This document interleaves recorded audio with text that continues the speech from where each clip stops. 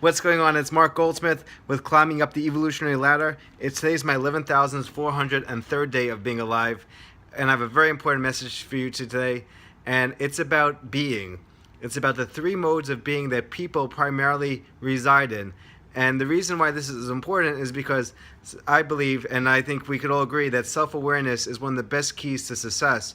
So these three different modes of living, if you think more conscious about it more often, you will guide you on the right path and also course correct you when you realize, because you'll realize a lot more when you're off course. And I made these up because I just thought about it one day, and I had said I had to share this. So the first one is pretending. What I mean by that is a lot of times people are just pretending that they could get away with a lot of different things, yet still make their goals in life, yet still be totally happy in life, and still be well balanced in life. People are, pretending that they could spend too much time in front of the TV, the video games. They pretend that they could work but not work. They could, they could be on social media. There's a lot of pretending going on, that they could wake up late yet still be as rich as they want to be. It's just like a grand illusion. And the scary part is, a lot of times when people are doing these activities that are a detriment to their success, they don't feel bad about it because they're in the pretending zone. And to them it says, oh, I'll just get better later on. I'll figure it out later. And they don't really feel the zap of, oh, this is really bad, I got to change it right now, to motivate them to actually stop what they're doing, refocus on their goals, and start taking those proactive actions and doing things in a quality way. Everything in a quality way, even sitting down, back is straight. Just making sure that what you're doing is done with integrity, it's done with quality. The second mode of living that I think people live in is called drifting. That's when, in the pretending mode, you know what you're doing is wrong, but you don't really care. In the drifting mode, you're no longer conscious. What you're doing is not good, and you're not even aware it's not good.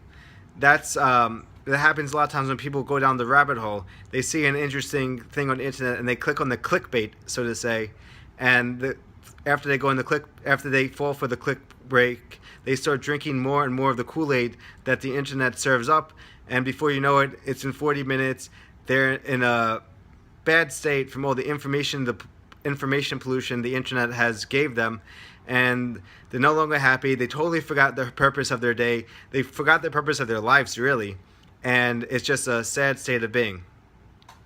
Lastly, the third mode is, obviously, as you guessed it, the mode you want to be in, because the other two suck, especially drifting and pretending. Well, maybe it's just as bad, actually.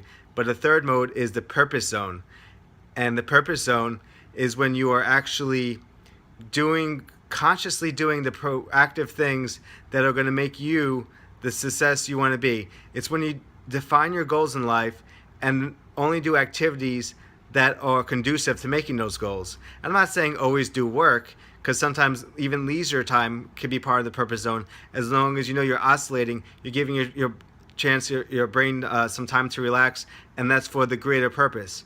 So in the purpose zone, you're conscious of your actions, and you can make a direct line of how it's going to help you later on in life, how it's actually making you feel good. And you're there is because you almost feel like, as they say, Nihai Jinseng Nihai, flow state. And that's when you're doing something that's most of the time a little bit difficult, but still doable, and you're motivated to do it because it's going to help you achieve your overarching goals in life.